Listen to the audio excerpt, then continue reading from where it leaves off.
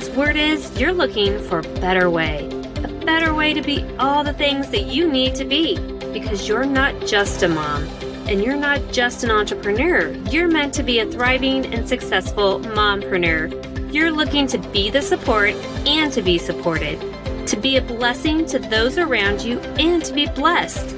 You're looking for a way to leave overwhelm, doubt, guilt, and that hustle behind. So let's rethink what it means to be a mom and an entrepreneur. Knocking out overwhelm, kicking self-doubt to the curb, and shutting the door on dreaming small. We are calling out our accountability, productivity, and profitability like the bosses we are. I believe we have amazing gifts and a dream to be living, so let's dive in and get you there. Hey, welcome to another episode of the Mompreneur Experience podcast. I'm so excited you're here. So today we're going to talk about that we as entrepreneurs often think about our optimal customers' outcomes, the things that they think they want or that they know they want, and how we're going to provide them with that perfect experience or that perfect product that they're going to love forever. We want to get them the results that they want, the best results that they can get. We want to design the perfect product. We want them to feel like their problem got completely solved or fix something for them or provide them with that perfect experience. Maybe it's that perfect cup of tea or that perfect fitting dress or that perfect massage. No matter what, I know that you're out there thinking you're going to give them the best experience and that best product ever. But what actually gets them through the door and gets them loyal like a cult member? So we're talking about that today. Think of it like root versus fruit. A lot of times we focus on the fruit and we're dangling that in front of them and we're making sure that it's polished up and perfect and looking oh so juicy. But what about the root? What's deeper? What are we not seeing on the surface? That's what we're going to talk about today. But before we get there, I want to talk a little bit about that business that maybe you've already created. You're working so hard at it. And you have this dream when you started. Maybe that dream is paying for your family's vacations. Maybe that dream was actually replacing your husband's income so that he could try another adventure in his life or pursue something he's always wanted to pursue. Whatever it is, maybe you're already working at that and it's just not panned out the way you wanted or the way you hoped. And you know you have the skills. You know you have what it takes. I want you to reach that dream, and I know you can reach that dream. And I don't think that you should wait around anymore because you're worth it. I want to talk to you about it. I want to hear about your dream, and I want to see if there's a way that we can help get you there together. So hop on over to camella-jean.com, go to the Work With Me page, and schedule a call. We'll connect, we'll talk about your business, we'll talk about your dreams, and what it could take to get you there so you can stop playing small. Now, let's get back to this root versus fruit. I like to create an example that we can kind of use as we go along. So today, our example is Val. She's an interior designer. So just keep that in mind. That's going to be our example as we go through. So yes, we do need to provide transformational experiences and transformational products. There is no way that you should skip the knowledge or the experience or building whatever it is that you're providing right. Whether that be the perfect dress, the perfect in-store experience, that perfect cafe experience, the perfect cake for a wedding, the perfect online consulting business, whatever it is, there is no excuse for putting the work in and creating a great product. That's where we start to see our referrals, our reviews, and our repeat service. And there's just no substitute for that. But especially when your business is new or when your business maybe isn't going as quickly as you wanted it to, you need to sell to the root. You need to talk to them about their emotions, not their outcomes. So think of the fruit as maybe the product or the outcome that maybe your customer has on the tip of their mind that they think that they want. But sometimes what really gets somebody through the door and really, really makes a transaction happen is the root, and that's our emotions. Why does your customer want what they want?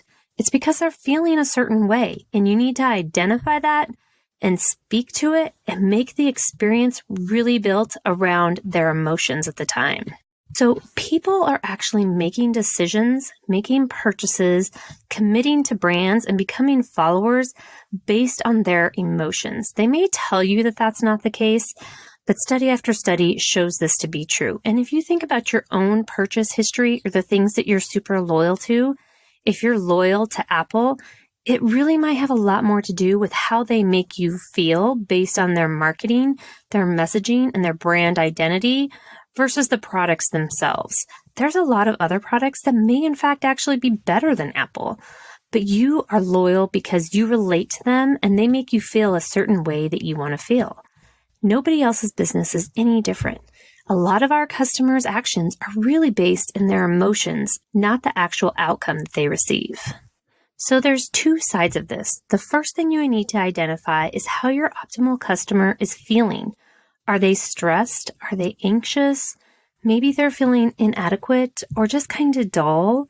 Maybe they're feeling out of control. Maybe they're feeling a certain hunger, or maybe they're feeling overwhelmed. Maybe they feel like they need a certain knowledge skill set and they're feeling behind the curve. There are so many things. Then you need to identify the second part of this coin, and that's how they want to feel. Most of the time, these are things that you can describe as being in control, being empowered, being confident, feeling sexy in that new dress, feeling smarter than they were before, being capable of handling the next thing.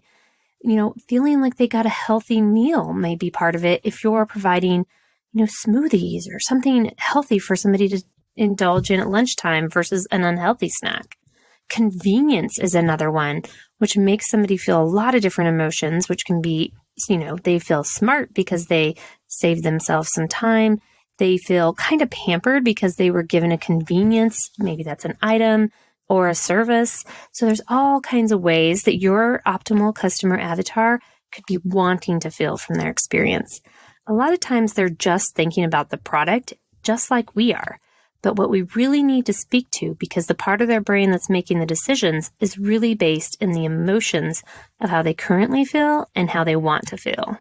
So let's go back to our example. Now remember, Val is an interior designer. She wants to create a product to help women doing remodels of their homes that really need help designing the plan, the design, and the stylish look for the lighting in their home.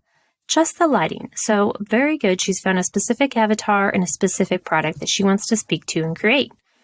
Now remember, let's keep in mind, Val has great experience and great intentions. Maybe she's worked for a really well-known home builder on the design team for over 10 years, helping exclusively them pick their lighting and helping customers kind of work with the electricians, being that liaison. So all the technical stuff gets done right. All the, switches are in the right place. The lighting wires get to the right locations where the right lights need to be. And then helping those customers also pick the perfect elements for their home. So she knows how to create a great project. What she wants to do is create an online tool that'll walk homeowners through the process from A to Z. She's going to create a 5-star, really excellent product. Maybe even have some personal interaction where she helps them get the design just right. Maybe she's looking at floor plans, doing some Zoom calls. Who knows? I'm actually not an interior designer, obviously, but she's going to create a 5-star product because Val is a 5-star interior designer. Now, here's where the train comes off the tracks. She creates her whole marketing campaign based on this great tool. All of her website, her content, her emails, her marketing strategies, her networking strategies, her sales page, everything is focused on this tool and the technicality of her design process, how she gets the perfect style elements in there. So this might be an example of some of the materials that she puts out in her marketing campaign. Maybe this is even what she's leading with on her webpage. Let me use my patent software designed to create your home lighting master plan. Make fixture selection something super easy and have lighting that is on point with the best trends of today. this really isn't bad. She's probably going to get some sales. She's really toting her expertise, the work she's put into it, and really toting herself up as somebody who could do this for you. But is that really what her customers want? Is that the feelings that they're having right now? Are those the concerns of overwhelm that they're having when they know the electrician is coming next week and they need to know where they want all this stuff put and what this stuff all means? Is that really the feeling that they want to have when it's over? They want to have a beautiful, elegant home that their neighbors are envious of. Maybe she's missed the mark on catching their emotions. So this is something as business owners that we often make the mistake of thinking that what we know and our expertise is exactly what our customers know. It's just like when you're talking to somebody about your business and you use too many technical words and they don't really understand. Not that they might not be more interested. It may just be a little bit over their head if they're not in your industry. Another thing that Val is missing here is that it should be all about her customer, not her. Yes, she may be amazing, very intelligent, and have an amazing product that she's worked super hard on and that can really benefit people. But when you're selling to your customer, if you want to help them, you have to put them first. So let's try a little different example. What if she said something more along these lines?